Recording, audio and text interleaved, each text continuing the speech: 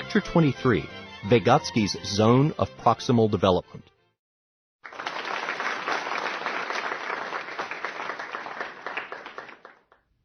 Hello. In the last lecture, we introduced Vygotsky's theory, and today we'll conclude our discussion of his theory. One of the most important contributions of Vygotsky's theory has been the concept of the zone of proximal development. I'll explain that concept and then discuss an attendant concept of scaffolding.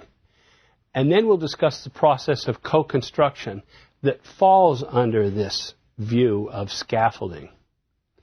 And we'll conclude our discussion with how these concepts, these ideas, apply to education. In the previous developmental theories that we studied, there was one assumption in all of them, and that was that children progress along some given course of development towards some endpoint of mature and adaptive functioning. So even if you take the view that a development occurs throughout the lifespan, one of the primary endpoints that people look at is children make it to adulthood. And at the adult mature level, we take that as a goal, if you will, at least an automatic goal in development. And then we try to pinpoint where a child is along this path. And this is most easily seen in stage theories, such as those of Erikson and Piaget. At any given time, then, the child's thought to be at some distinct point along this course of development. And we're not always good at figuring out exactly where it is, but in theory, if we were perfect in our knowledge of development, we could find it. For Vygotsky, there wasn't a single point of development.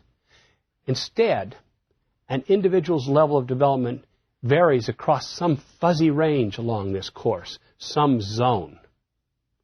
According to Vygotsky, the zone that covers an individual's current developmental level stretches from the level at which the child has already completely mastered skills, the lower level skills, and then stretches to the other end, the upper limit of the individual's capacity, where that child can use a skill or know something only in the very best of circumstances. The lower level of the zone is called the actual level of development. And in Vygotsky's terms, everything below this level has already been mastered. That's the past. That's what happened in the past. The upper level of the zone is called the potential level of development. And everything above this level or outside of this level is not yet achievable by the person. It's beyond his limits. That's the future. And by the way, everything beyond that isn't possible even if you really try hard to teach kids something.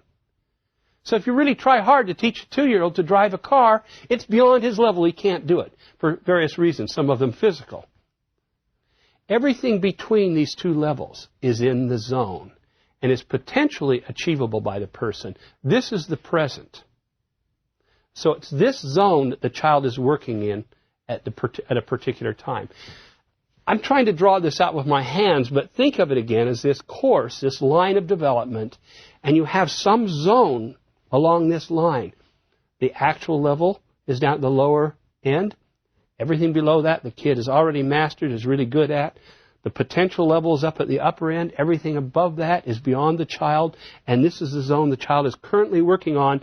And across the time, this zone moves. And it moves along in development. But it's the entire zone that moves. Okay, this area is called the zone of proximal development. Proximal, because this range covers the problems and challenges and tasks that are proximal or next to the person's last fully developed level. So why did Vygotsky propose a zone rather than a distinct point in the course of development? As Vygotsky observed, whether or not a person can perform a task or successfully solve a problem depends on many, many environmental factors. It depends on whether a problem is worded clearly, whether the problem or task is a simple version or a complicated version, whether someone else is helping the person to do the task, whether there are aids and cues that are given to do a task. These things seem so obvious, but sometimes we're forgotten by Western and American psychologists and developmentalists as they tested kids. You see, some tasks aren't very challenging. because they're very similar or highly similar to what a person already knows. Other tasks are more challenging because they're simply more complicated, or they require a person to perform without any help. So, for example, if you're a student taking an exam, a final exam for a course, if the exam is simply recall, it says, tell me what this is, this concept, that's a lot more difficult, at least in theory, than a multiple choice exam that says, what is the definition of this? And it gives you several choices and you have to choose. And you already have cues. You already have something in front of you that you have to recognize. You see? So for most people, just pulling something out of your head with no help is more difficult. You can make exams more difficult or easier even to test the same kind of information. Let me give you an example in terms of children. And remember, for Vygotsky, we're always talking about cooperative development. We're not talking about this lone kid out developing. We're talking about the kid developing in terms of having somebody to help or mentor or be an apprentice to this person. Here was a true example of some fathers and sons that as a group were building birdhouses together that they were going to then display in some situation. And the kids were at different ages, but all school-age kids. And they had different levels of abilities, as did the fathers, by the way. For the youngest boys, there were kits. There were kits. There were directions on how to build a birdhouse. And for the youngest boys, the fathers read the directions, explained the use of the tools, did most of the measuring, and sawed the wood pieces. They nailed the pieces together. They did most of the painting. So you saw some cases where they talked to the kids. They let the kids hammer for a while, do a few things, paint. But the fathers did a heck of a lot of the work, and they were working together on it. But for boys a little bit more experienced, the fathers told the children how to do each step and would let the children do most of it. However, I noticed in this group that the fathers sawed the wood. They were afraid to let the kids get a hold of these saws. They let the boys do most of the other stuff. For the oldest boys, the kids that seemed to have more experience, the fathers simply watched. They gave suggestions from time to time. But for the most part, they sat back. The boys did it.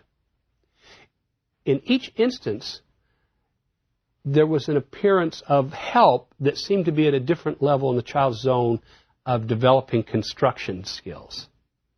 So the level of help varied depending on how advanced and how good these kids were. Now, in fact, you could have taken any level of help and picked out any boy and given this help to this boy, and the ones where the fathers did it all would have been at a very easy level. In fact, it might have been below the child, below the zone. And help when the fathers just sat back and did almost nothing and made suggestions might have made the task extremely challenging to some boys. Maybe they could do it, but it would have been tough. Let me give you another example. A kindergarten girl was learning to read with her mother. And at first, they together chose the books that they would read, and the books they chose first were ones with large pictures and only one or two words on each page. You know the types of books. The words were simple and they were often repeated. So it would say, go, go, go. And the next page would say, we go, or something like that. Later on, when they read these books, the mother would usually say the word first, and then the girl would repeat the word. Later, after the child mastered these easiest books, often through simply memorizing them or learning what words went with which pictures, they then looked for books that were a little bit more difficult. There were a few more words. The words were a little harder. And the mother tried to get the girl to guess at what the words were and then tried to sound them out from the letters. But the mother would help with part of the sound. Maybe the girl would get the first letter of each word, the sound, and the mother would say, can.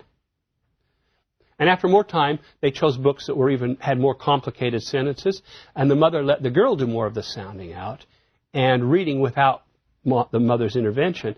And eventually they chose books that were mostly writing with very few pictures, and the girl either recognized each word or sounded out most of the words without the mother's help. Finally, the girl read books without the mother even being present.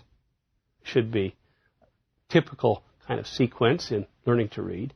At each instance, though, these this mother and this child showed a different level within the child's zone of reading development. And you realize that some things that the mother did with the child made the task really easy. And some things that the mother did made the task extremely challenging. So at any particular level of the child's reading, a mother could choose to do things or present a situation that was tough for the kid or very easy for the kid. But it was all within the zone of what the child was working on at this particular time in her life.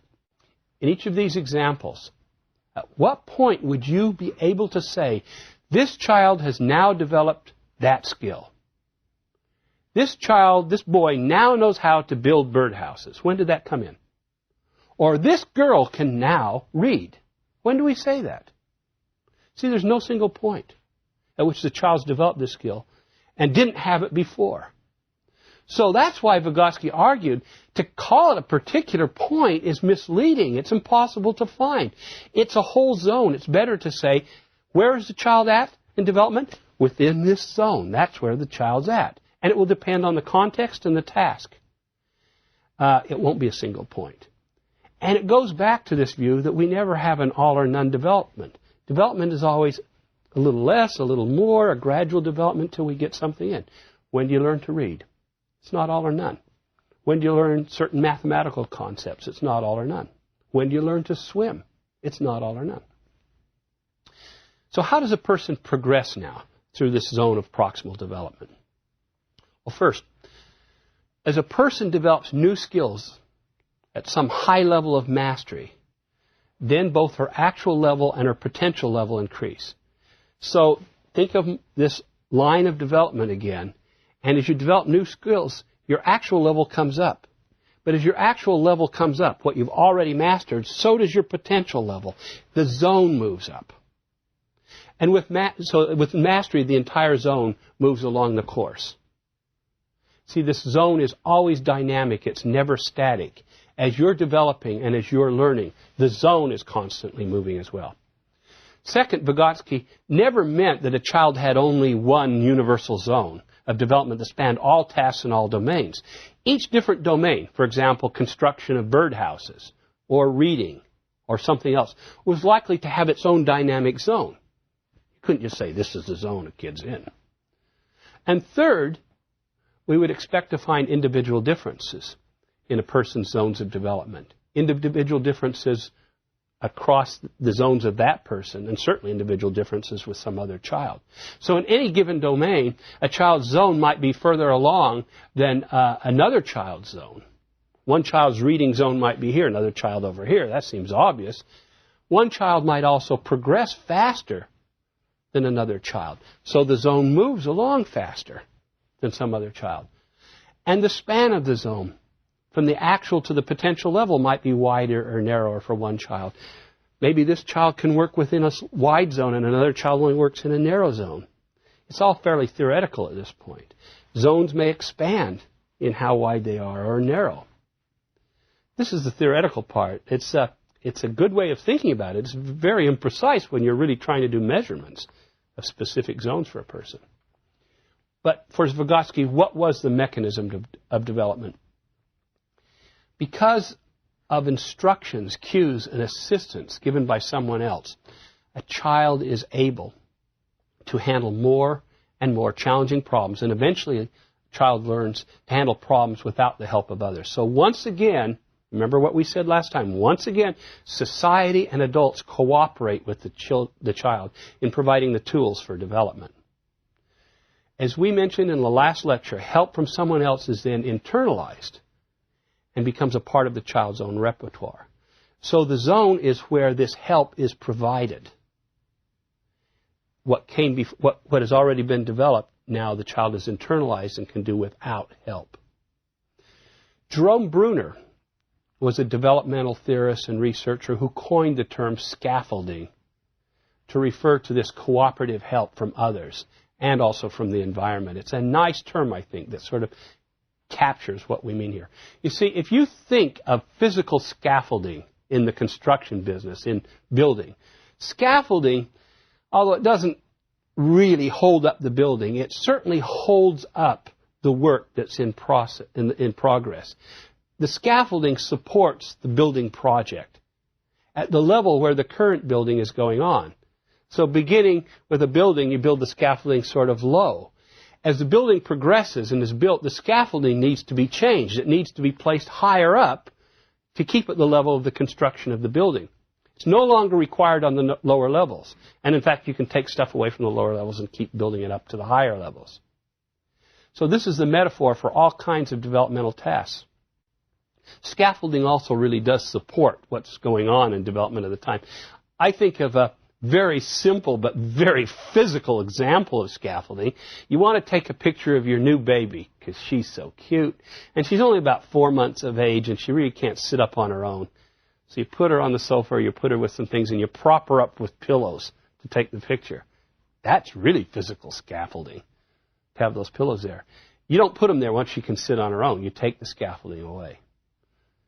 So adults add scaffolding at the edge, the higher edge of development, but they remove it when some levels have already been mastered. And in addition, scaffolding makes no sense if you're putting the scaffolding at a level beyond the developmental work that's occurring. To put it up too high is just crazy. So in the birdhouse construction example that we gave, the fathers in effect provided scaffolding to their sons' construction of the birdhouses. They systematically removed the scaffolding when it was no longer needed. That is for the tasks that the children could do on their own. And in the reading example, the mother also provided scaffolding to her daughter's reading by helping and giving cues that were right at the edge of her daughter's abilities. She also removed help as the daughter could do the tasks on her own. And she added higher level tasks like more words, fewer pictures, which again required more help from the mother. You see how that works? Now I say they did this correctly, assuming they were good scaffolders. So one can see that the process of scaffolding is this dynamic process. They're constantly shifting levels. And I just mentioned that. The adults in the culture, in the society, can be good scaffolders or lousy scaffolders because they have to be in touch with the zone for a particular domain of development and for a particular child. Scaffolding is not effective, again, if the adults provide help well beyond the child's zone, at levels that that child can't master even with all the help, or below the child's zone of proximal development at levels the child's already mastered. Let me give you a few more examples of this scaffolding process within a child's zone of development. This research comes from different people, but one of the primary researchers that's done work here is named Robin Fivish, and she and others have completed research on the co-construction of narrative memory in children. And the idea here, the buzzword, is co-construction. Let me give you an example, and then I'll explain that. In observations of children, where the children were then asked to tell about something that happened, she discovered this. In just sort of natural situations where you have the mother and child talk, she finds that typically a parent and a child usually, quote, co-construct the narrative account. In other words, the parent provides cues as to what happened and helps the child recall events. The events then become more permanently encoded into the child's memory. So co-construction goes like something like this. And she found this, by the way. You can see this easily if you look at parents and children, how they talk. But you come home, mom's gone to the zoo with her daughter this day. Her daughter's maybe 3, 2.5 or 3. Let's say 3. Comes home and says to Dad, "Oh, we had a great day at the zoo, didn't we?" The girl says, "Yeah." Says, "Well, why don't you tell Dad what we did at the zoo?" And the girl just stands there sort of in a stupor, doesn't say anything. And the mom says, "Come on, you remember what we did at the zoo?" Kid doesn't say much. And the mother says, "Do you remember when we saw the elephants? Remember when we saw the elephants?" And the girl nods and said, "Yeah, what did the elephants do?" And she said, "Swish around." "Oh, yeah, you saw them swish their trunks around. Did they eat something?" And the girl said, "Yes." And they said, "What did they eat?" The girl said, "Hay." And then the girl says, "And they threw it on their backs." The mom says, "Yeah, they threw it all on their backs to keep the sun off. And then what did the elephants do? And the girl says, drank. So did they drink water? Yes. And the girl says, with their trunks. And we saw bears. He says, yeah, we saw bears too. And what did the bears do? And the girl says, the bears slept. Yeah, they didn't do too much, did they? The girl said, no, they didn't do very much at all. And then they go on like this. And you say, and then what happens is, we got popcorn. Oh, yeah, we had popcorn to eat. And the girl said, and lemonade. Yeah, we got lemonade to eat. And she says, now, I got a shirt, the girl says.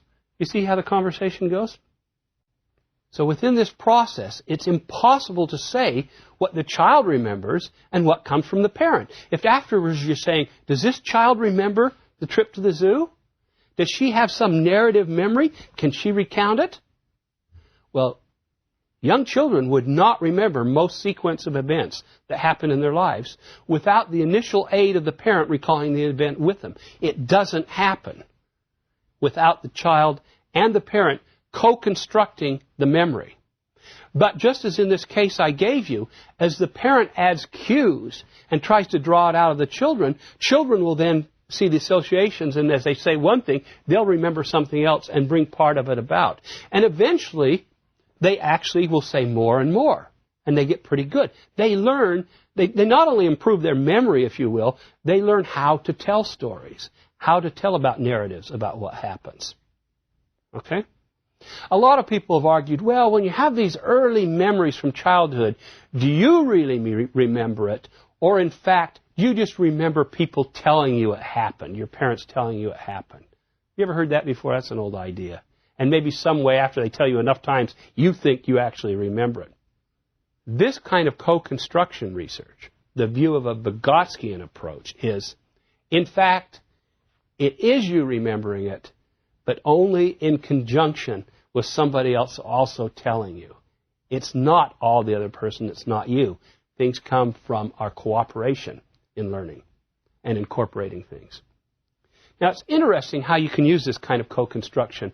Robin Fivish also did some research on narratives and parents talking to their kids, and discovered a way of looking at how we learn gender differences, how boys and girls maybe feel things and talk about things differently.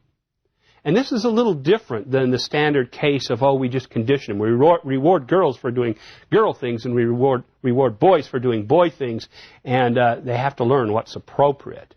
In this case, it wasn't that way. It was more co-construction. She discovered in taping and watching a lot of conversations of mothers with their children that the moms would talk about emotions. And the moms didn't even realize they were doing this. But with the girls, they would talk about more emotions than they would with the boys. So if the girl fell down and skinned her knee, they'd say, oh, you got hurt. Does that really hurt? And they'd say, yeah. Say, well, what happened? And they'd talk about it. And the girl said, it hurts. I cry. I'm sad. And say, oh, you really feel sad. I know how that feels. And they'd go on and they'd talk about it. And they'd elicit it and they'd bring it out in the child. So there was more talking about sadness and feeling happy and feeling scared. And for the boys, they just didn't talk about the emotion. Oh, you fell down and got hurt. Let's see if we can clean that up and get on with it, except for anger. Mothers would talk more about anger with their sons than they would with their daughters. But the other emotions, they talk more with the girls. And surprise, surprise, boys will talk about anger and seem to feel it, but they seem to be thwarted in talking about or feeling so much fear and sadness, or at least expressing it. Maybe you feel it. In some ways, there's differences you can see. And maybe it comes in some parts from the way we co-construct our narrative and our way of expressing these things. It isn't like a parent saying, oh, don't talk about those things to her son. She never says that.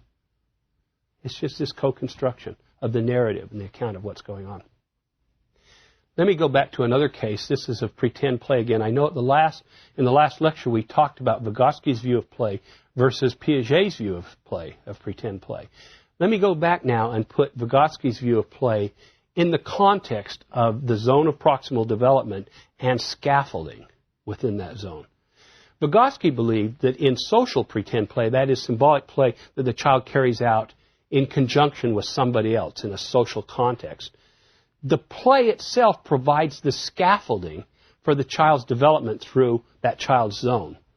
And it's the social scaffolding that really becomes often very important. Play first requires that the child concentrate on meanings of what she's doing, the reference for the various objects, and doesn't focus just on the objects. In other words, symbol use develops. You can distance the symbol from the referent. But when the child pretends to be in a particular role or carrying out actions appropriate to that role, she's often, as we mentioned, performing actions that are well above her zone in real life. For example, a girl might pretend to be a mother and take care of a sick baby. She's trying out responsibilities and stretching herself beyond what she can really do.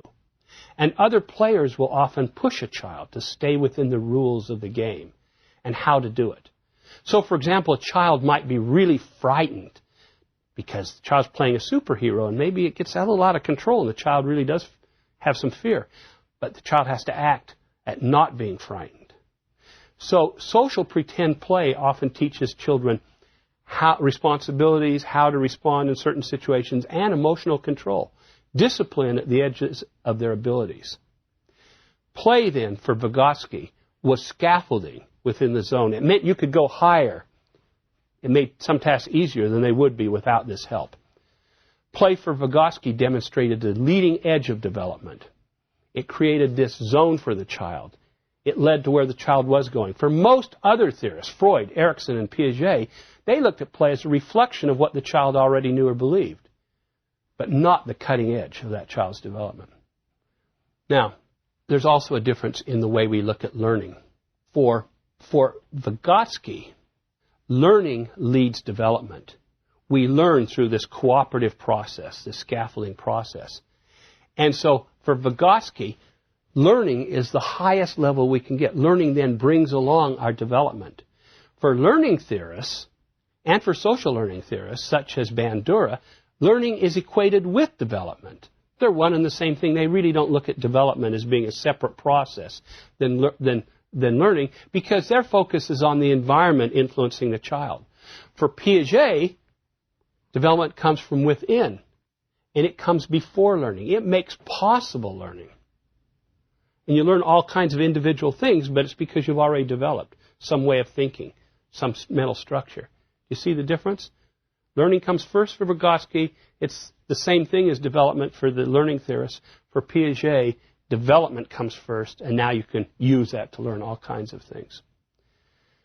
Maybe this is just a different way of looking at things, but in fact, it might also give you a way of teaching and looking at the world. Vygotsky's research had a great influence on education. Teachers really picked up on this, and they still do today. The idea of scaffolding, the idea of co-construction, had a big impact on teachers. Teachers use this idea of adjusting instructions to the current zone of proximal development for their student in a particular domain or class. But you realize when you take this approach, it requires that teachers focus on individual student levels to determine what's the challenge, what's accessible to students. A good teacher is someone who can determine the appropriate help to give a student at an appropriate level on a task, with the right amount of examples. A good teacher must also know when to withdraw help and scaffolding so you don't bore students. And this is true at any level of teaching, whether you're preschool or high school or college or even in adult classes.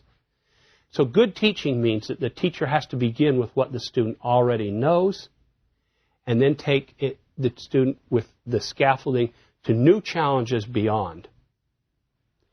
This approach, though, has weaknesses, both for education and in general for Vygotsky's approach.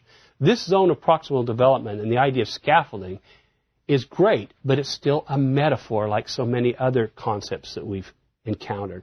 And a metaphor is not easily proved or tested or disproved. The value seems to be the way it organizes and guides our thinking and teachers' thinking to look at things. It's also logistically difficult for a teacher or anybody else to possibly assess where a child's actual levels are and potential levels and figure out the precision of these zones that are constantly changing. So it's a good way to guide your approach to education or your approach to development. It's hard to be very precise about it. In conclusion, the main theoretical constructs, that is, the emphasis that Vygotsky provided, seem to be very healthy additions to other theories. But the ideas might be a little limited in their applicability. The most important result seems to be the conceptualizations that have influenced education and teaching. Next time, we're going to have our concluding lecture and see if we can put together some of the ideas and integration of various theories. Thank you.